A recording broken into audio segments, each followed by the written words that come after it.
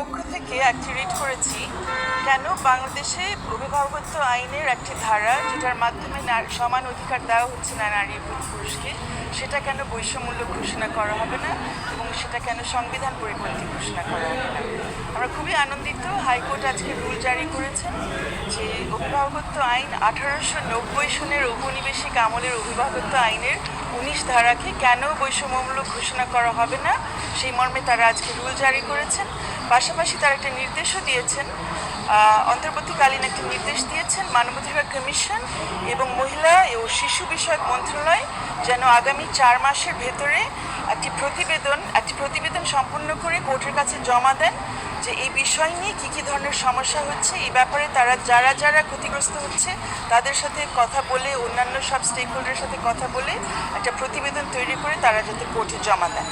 তো আমাদের কাছে মনে হচ্ছে এটা অনেক বড় একটি অর্জন, কারণ ইতিমধ্যে আমরা দেখেছি যে যদিও বাংলাদেশে নারীরা সন্তানদের হেফাজত পাচ্ছে, নারীরা এখন পর্যন্ত একটি ঘটনা ছাড়া কোনো নারীকে এখন পর্যন্ত অভিভাবকত্ব দেওয়া হচ্ছে না তার সন্তানের ক্ষেত্রে। একটি ঘটনা আপনারা জানেন, আমাদের যিনি অভিনেত্রী বাঁধন, উনি তার সন্তানের অভিভাবকত্ব পেয়েছিলেন। এছাড়া একটা মাত্র উদাহরণ সারা দেশ জুড়ে পাবেন না আমাদের স্বাধীনতা থেকে এখন পর্যন্ত যে কোনো নারী তার সন্তানের অভিভাবকত্ব পাচ্ছে। এই পরিপ্রেক্ষিতে আমরা জেনেছি যে আমাদের পার্শ্ববর্তী দেশগুলোতে আইন অনেক আগে বদলিয়েছে, কিন্তু বাংলাদেশে ঔপনিবেশিক আমলের আইনটি কেন এখন পর্যন্ত সংবিধান হওয়ার 50 বছর পরে এখনও কেন বিরাজ করছে, এটা নিয়ে আমরা সবাই খুবই বিচলিত। এবং এই কারণে আমরা 5টি সংগঠন, নারী অধিকার সংগঠন, বাংলাদেশ মহিলা পরিষদ, নারী পক্ষ, তারা এসছেন, আইন নিয়ে গবেষণা যারা করেন থিঙ্ক লিগাল, আলাপ, তারা এসছেন, এবং মানবাধিকার এবং আইন সেবা সংগঠন প্লাস থেকে আমরাও এসেছি।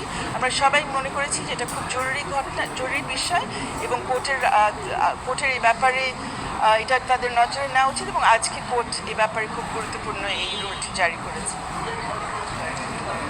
এখানে বিবাদী হচ্ছেন আইন বিষয়ক মন্ত্রণালয়, আইন কমিশন, নারী ও শিশু বিষয়ক মন্ত্রণালয় এবং মানবাধিকার কমিশন। পিটিশনের 5টি সংগঠন। হ্যাঁ, আবার বলছি, প্রথম পিটিশনার হচ্ছে থিঙ্ক লিগাল, যাদের পক্ষে এখানে ব্যারিস্টার অনিতা গাজী আছেন। দ্বিতীয় পিটিশনার হচ্ছে ব্লাস্ট। তৃতীয় পিটিশনার হচ্ছে বাংলাদেশ মহিলা পরিষদ। তারপর চতুর্থ পিটিশন হচ্ছে নারী পক্ষ, এবং পঞ্চম পিটিশন হচ্ছে আলাপ, যে আইন গবেষণার প্রতিষ্ঠান।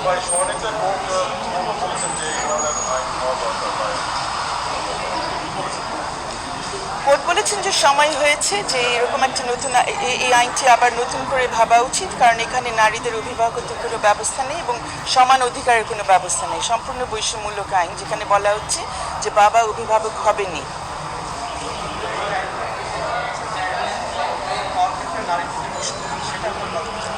জি, এবং এই আইনটি আমরা এই বিষয়টাও তুলতে চাচ্ছি যে অন্যান্য অনেক ক্ষেত্রে আমরা দেখছি যে পুরনো আইন শুধু ঔপনিবেশিক আমলের আইন, আমরা ব্রিটিশ শাসন আমলের আইন না, পাকিস্তান শাসন আমলের আইন, এমনকি বিভিন্ন মার্শাল ল আমলের যে আইনগুলো, সেগুলো এখন কিন্তু পুনর্বিবেচনা হচ্ছে।